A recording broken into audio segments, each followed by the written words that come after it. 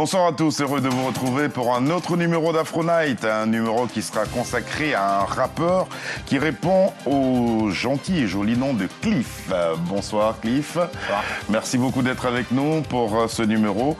On va avec lui s'intéresser à son album Black is so beautiful, dernière œuvre musicale de ce jeune artiste. Avec lui on saura d'où il vient, quelles sont ses perspectives et quelles sont ses envies.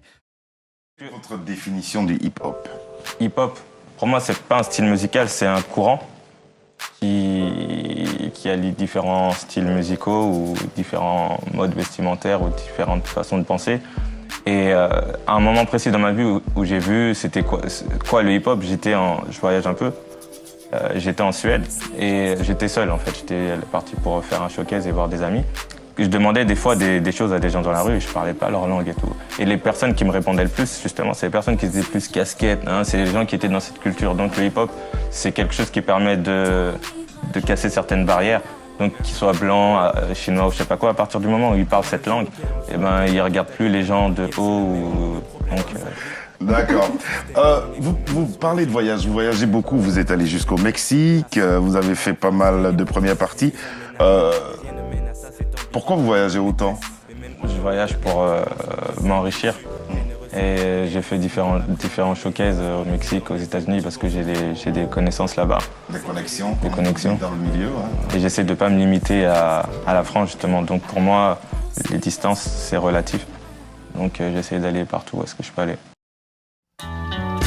Yo, every day they be talking about making this money, this and that. Money ain't shit.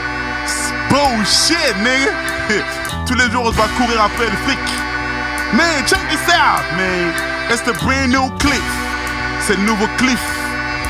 Et n'oublie pas, garde les yeux ouverts sur ton business, mec. Keep an eye on your business. J'essaie d'être le plus explicite et le plus clair possible. On peut essayer de faire comme un sondage en France, voir ce que les jeunes aiment ou de quoi ils parlent, et en fonction de ce qu'ils parlent, enregistrer un certain nombre de chansons. Donc là, on rentrerait dans une démarche commerciale. C'est pas un amour de la musique qui nous pousserait dans le studio à faire des chansons. Nous, on fait des chansons, on les aime, on voit que d'autres personnes les aiment. Et comme on a fourni un travail et qu'on doit être rémunéré sur notre travail, on essaye de les marketer pour qu'elles s'en vendent en grand exemplaire. C'est différent. Est-ce que vous seriez prêt, par exemple, à poser nu sur la pochette de votre album parce que ça ferait vendre? Ça dénature. Tu veux me voir nu? Bah, non, pas forcément. En tout cas, pas aujourd'hui. Aujourd'hui. C'est de l'humour, bien entendu. Non, mais parce que ça fait vendre. En tout cas, le contenu n'est pas dénaturé, mais le marketing, c'est la pochette aussi. Ah, mais je veux pas me vendre moi. D'accord. Une des questions des bonnets. Oui, parce qu'elle m'a demandé dans mes citations des personnes qui m'ont influencé. T'es à poil? Non. Qui m'ont marqué et qui m'ont inspiré pour l'album. Je voulais citer mon oncle, il fait pas de la musique, mais le combat qu'il a mené pour le Togo, ça m'a inspiré, puisque vous n'avez pas entendu toutes les chansons, donc quand je vous parle, c'est un peu abstrait, mais il y a des chansons qui sont plutôt direction engagée. Et c'est lui qui m'a donné cet amour et qui m'a donné cette détermination dans l'engagement. Il s'appelle Taviu Amorin. Il a été assassiné il y a un certain nombre d'années au Togo, mais il est toujours présent dans ma tête et dans le cœur des gens, et son combat continue. D'accord.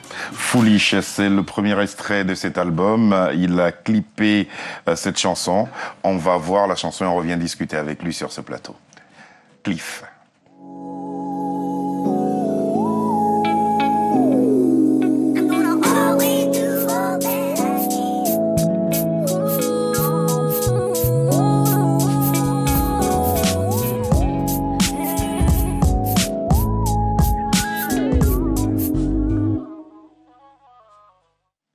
Assez doux, assez langoureux, comme dirait l'autre, c'est assez soft, hein, c'est très très bien fait. Ce clip a été fait aux États-Unis et aussi au Mexique, vous nous avez dit? À Playa del Carmen. D'accord. En tout cas, c'est une très très très belle chanson qu'on retrouvera sur cet album de 18 titres.